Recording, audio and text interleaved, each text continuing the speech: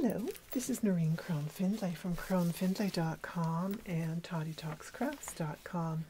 Crone-Findlay.com is my website where all my patterns and designs are available. toddytalkscrafts.com is my blog where I post all the support information for these video tutorials. This video tutorial is part of the Soumak Pouch+Weave Along. And this one is all about warping the various looms, the mini, the 8-inch, the 12-inch Mirrix looms. And what do you do if you don't have a Mirrix loom? Well, I'm going to show you how to warp up the Cricut. And the videos are separated into separate subtitles, subchapters, and each little segment has the blue flower with a handwritten subtitle chapter. That way you can skip back and forth and find exactly which chunk of information you would like to refresh your memory on. So without further ado, we'll get started warping the looms. And the technique that we're doing is the no warp ends, which gives 4 clean finished salvages with no warp fringes at the end. But if you do have a tapestry loom that won't work for the no warp ends technique, then just warp your tapestry loom like normal and weave that way. Okay, let's get going here.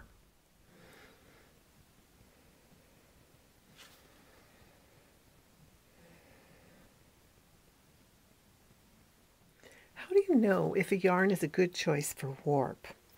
Now, I'm just talking about warping for the Soumak pouches and for tapestry, because when you're warping with yarn for garments and using other looms, you've got a whole other kettle of fish. So this is just what's going to work for our choices here for the Soumak pouch.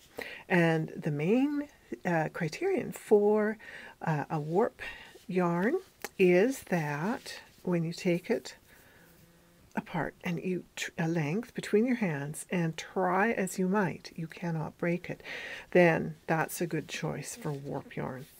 I used the this is Lion brand cotton. I used it for the warp for the Bonbon pouch, the pouches that I wove using the Lion brand Bonbon. And the Navajo warp from Mirrix, again, it's just a wonderful warp. It's a woolen warp, and can you break it? No. Seine twine is one that I use for most of my tapestry weaving. Again, you cannot break this. It'll break you first. And for a thinner warp, linen works great. Again, can't break it. It's strong. Good choice. So these are terrific choices for the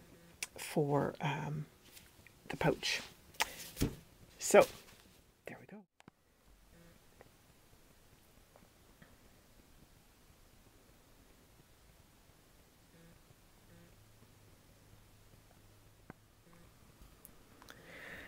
Okay, I always work with the loom perpendicular to myself when I'm warping it, and when I was warping the mini, having it sideways so it fit into the frame better, it was really uncomfortable and really clumsy. So I'm going to, whoops, sorry, I'm going to work with the loom more in my lap, which is more the way I would be working with it normally.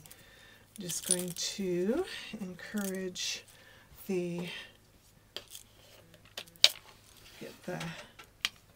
the S hooks to all sit up the way they're supposed to, and okay, there we go. So once again, I'm going to work with I'm using the Navajo warp held on a little stand, which is really the most comfortable way for me to work with it because it flows freely off the stand. Make a slip knot, put it on to your first hook, pull it up tight on the first lower right hand hook. I'm going to tie another knot with it just to secure it. And now I'm going to just go up and down, allowing the warp strands to simply flow onto the loom.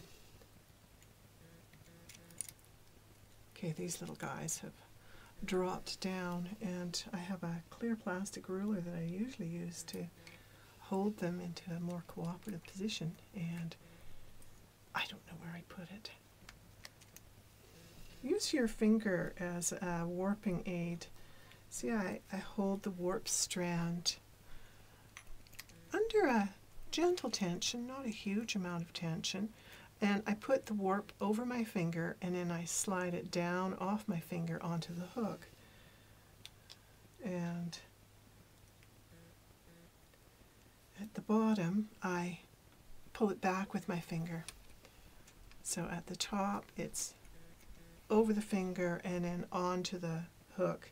And at the bottom, I loop it around my finger and drop that loop onto the hook. So using the S-hooks is just so quick and easy. I love the S-hooks. They don't split the yarn. They're just dandy. Okay. I have a small dog who's wanting me to stop what I'm doing and go deal with him. Okay, so here we go. We're almost to the last hook. So we'll cut the warp, tie off the knot. You can see how why I love the S-hooks so much. They are so fast to warp. If you wanted to use 2 strands of warp, then just go back to the first hook and tie off there. I'm just using 1 strand. And there we go. Now I'm going to tighten up my warp. I'm going to slip a ruler in underneath. I like to use shed sticks to hold the cartoon right snug up against the weaving. And you know, you can use clothespins if you'd like to clip the warp to the cartoon, and once you've got a bit of weaving happening at the bottom, then you can clip the woven part to the cartoon, and that feels very good to me. That's great. I'm just going to check and make sure this one feels like it's a bit looser. I'm going to just check and make sure that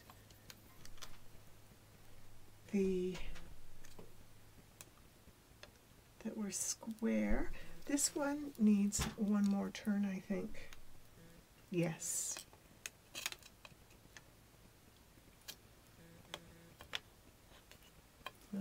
One more turn. We're square. Yay! Okay, so there we are. This is how you warp the 8 and 12-inch looms. If you're using a 16-inch loom, you're going to have a longer gap between the rod and the upper edge of the loom, and that's not a problem. You'll be just fine. Okay, so there's the 8-inch warped, and I'm not sure if you need to see the 12-inch being warped, but how about if I do? I wanted to show you a neat trick that I use chopsticks for. I slide the chopsticks through the S-hooks, and then I bring them up and I put the ruler under, and then they can't drop out and be a challenge. So I'm going to do that down here as well. Oops. I have to start from way back here. Okay, there, my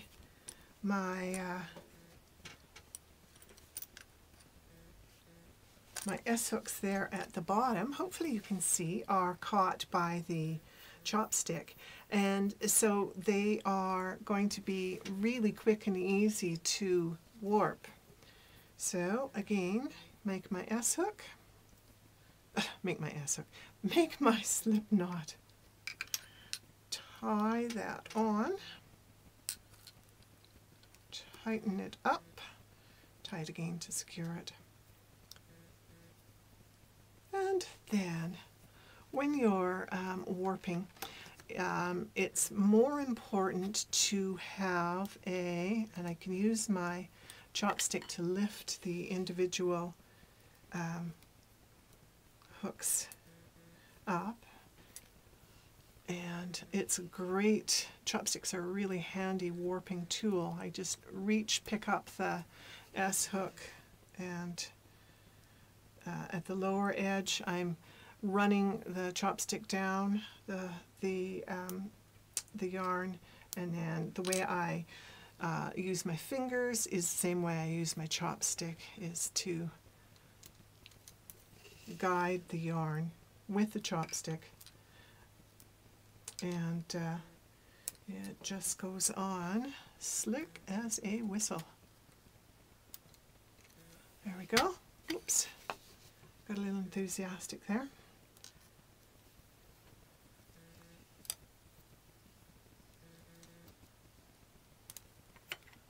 Oops, that one did snag a bit there.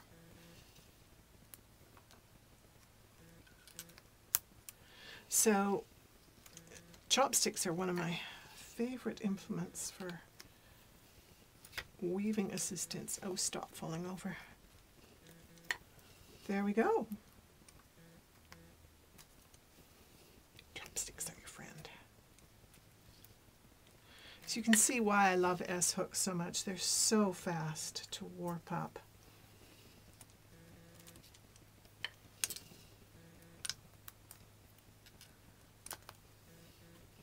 And they're really sturdy too. Like, you don't feel like they're going to pull apart on you when you're working.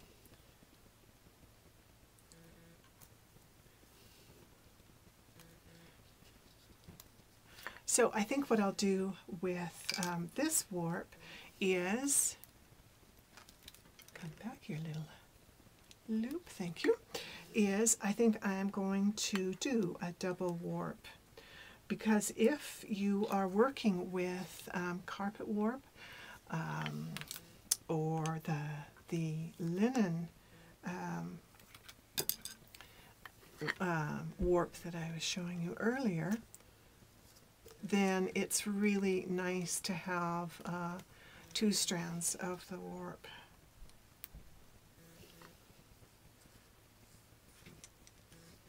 Just make sure I'm following the right flight plan here. I don't want to be crossing myself up.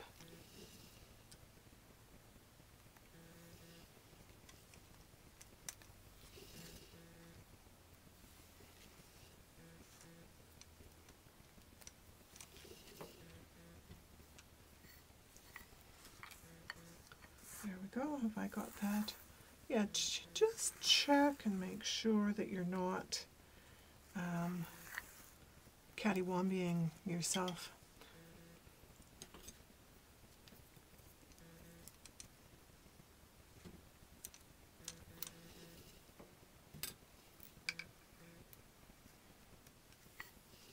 So there we go with 2 sets of warp strands. just to give a little more body to the weaving. Now, one thing about Soumak is that it really, speaking of body, it really does have a lot of body. It's a very thick, sturdy, much thicker than normal tapestry weaving, and it's a carpet weave, so you're basically, what you're weaving here is a miniature carpet, and so it's going to be sturdy as can be, which is a good thing for a business card pouch. Okay, I'm going to take it around the last hook and snip and tie it off, and we are warped. There we go. Of course, I still need to tension the loom, so I will do that. Stop and feel. Well, could do with a bit more. Want it to feel firm to your hand. Don't want it feeling soft and floppy. There, that feels good. I'll just measure up, make sure that it's square.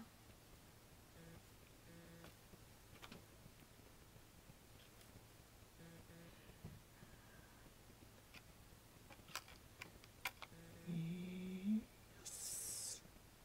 Yep, good. And I'll pull out my chopstick, and we're warped. The lower edge of your loom does need to have a ribbon. Well, I don't know that it does need it, but I really like to have a ribbon tied over the hooks on the lower edge. I don't tie one on the upper edge, but the reason why I tie it over the lower edge is to keep the, while you're weaving, keep the yarn ends from getting snagged on the S hooks at the lower edge of the loom. It just makes it a whole lot nicer for weaving if the S hooks, this end has ribbon on it to keep it from being able to get all snaggled up. I'm going to just tie the ribbon over the lower edge on the 8-inch loom. Okay. It's almost like you're gift wrapping your loom. Or giving it a little headscarf, or foot scarf in this case. Like I said, the upper edge really doesn't need it, but most certainly the lower edge does. And it does make life a whole lot easier. Now, you'll be pushing it down for the first little while you're weaving, but afterwards it'll just sit there. And also it acts as a nice kind of catch-all place for tucking extra bits of yarn and stuff in while you're working. So there you go. We are almost ready to weave.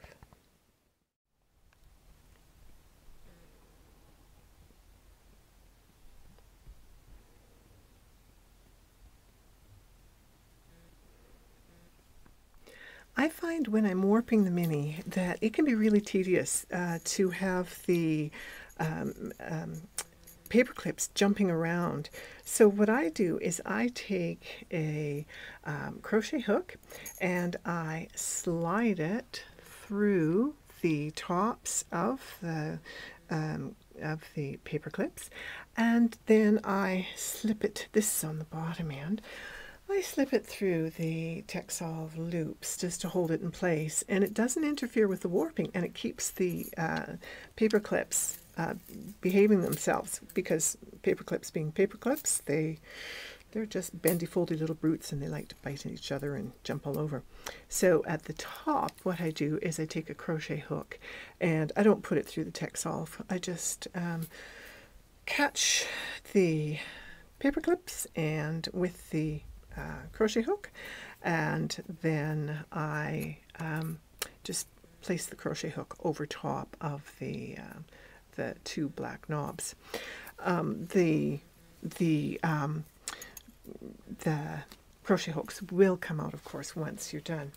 Now, to start warping, you just make a slip knot, and I have found that the quickest way to warp because the paper clips do have a tendency to split the yarn, so I put my fingernail into the space between the end of the paper clip and the yarn, so that it doesn't catch and split the warp yarn, which you don't want. You really don't want that. Again, as always, when you're warping, don't aim for a tight tension while you're warping. Aim for an even tension, as much as is humanly possible. And you just go back and forth from the upper edge to the lower edge, using your fingernail as the ramp for loading the paper clip. And you tie on at the lower end, and you will tie off at the lower end as well. And this will give you, because you're using a total of 25 paper clips and your weaving is 3 inches wide, this gives you an ends per inch, or API, of 8 ends per inch. I'm noticing that my battery warning is flashing at me, so the camera may quit before I'm done, but I will put in new batteries and come back and edit in if that happens. So just keep working. So I have warped across. I have tied off the knot at the finish, and I went back and I tied off the slip knot at the start too, because it was indeed living up to its namesake and slipping. So I'm going to pull out the crochet hooks now, and I have taken the one textile cord off of the front of the weaving, and I'm going to take it around to the back and slip it over the, let's get back in the picture here, slip it over. I'm going to take it around the brass knob. Just, I like that being there. It gives me, something nice to tie it onto. And I'm going to take the little white, these little white nylon stop pegs, very handy. I'm actually going to go through the end and the two lengths of textile, and that keeps the ends from flapping around and kind of makes everything more secure. So there we go. I'll take it off the front here, around to the back and over.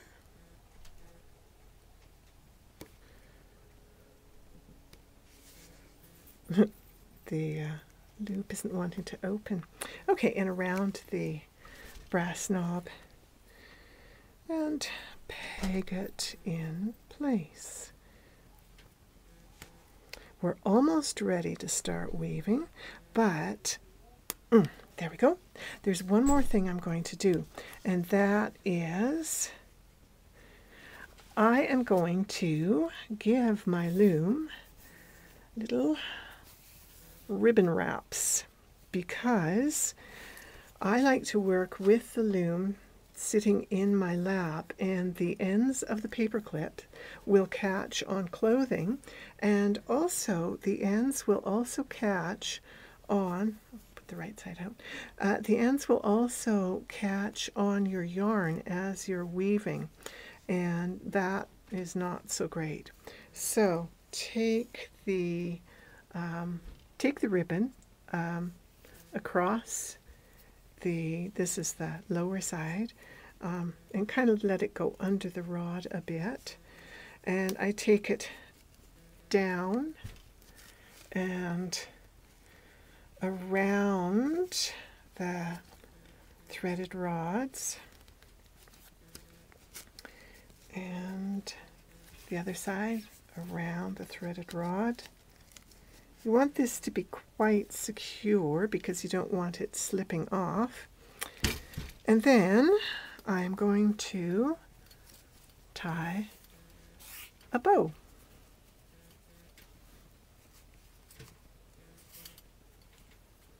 There we go.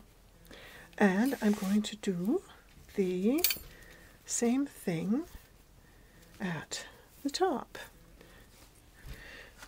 This one is a little trickier because of course you have the two knobs there, but I'm going to take it over and I'm tugging down on it quite hard and taking it around the copper pipe, and then same thing on the other side, around the copper pipe,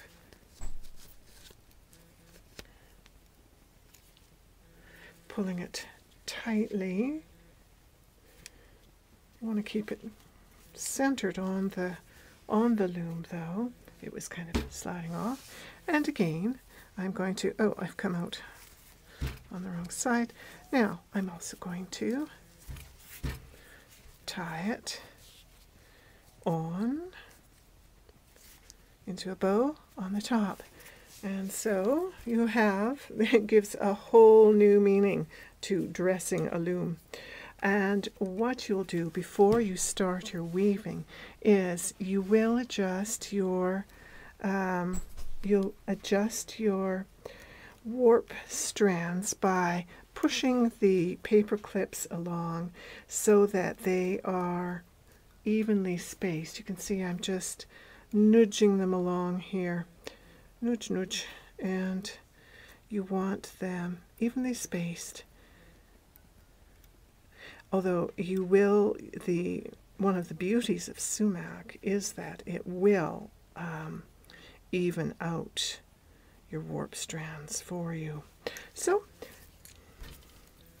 again, spread your warp strands at the bottom edge as well, and you are now ready to weave a glorious Soumak pouch.